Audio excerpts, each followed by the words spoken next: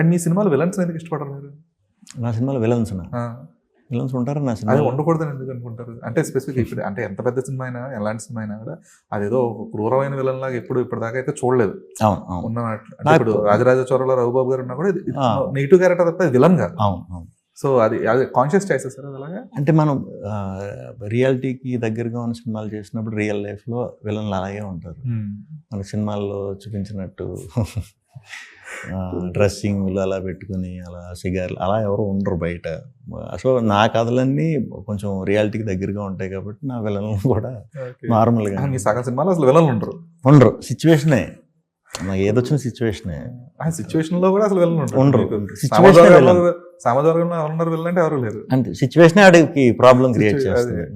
Okay, అంటే అది ఒక కాన్షియస్ చాయిస్ ఏమో అనిపిస్తుంది. అంటే అప్పట్లో అనుకునేవారు లేదండి త్రివిక్రమ్ గారి సినిమాల్లో విలన్ హీరో చంపడం అని చెప్పేసి.